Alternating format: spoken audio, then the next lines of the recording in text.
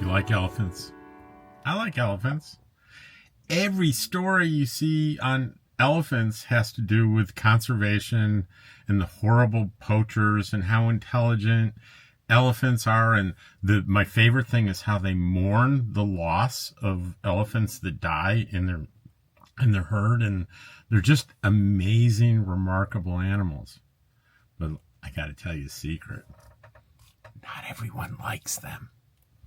Who doesn't like elephants? Well, farmers in parts of Africa can't stand elephants because they ruin crops and they interfere with migrations of other animals, and they're just like, they're big and they stomp on stuff and it's horrible. And they get angry at conservationists because they're trying, in this article, I think 85% of the local economy, they're loved by tourists who contribute 10% of Kenya's GDP. However, farmers are the biggest industry. I'm trying to see, there's a place in here that says what percent it is. It's pretty big.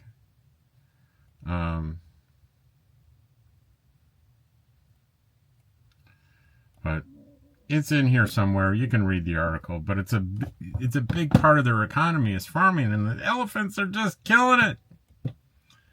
Until now, we found a solution for some of the Earth's biggest, largest walking creatures are being kept out of the farms by some of the smallest.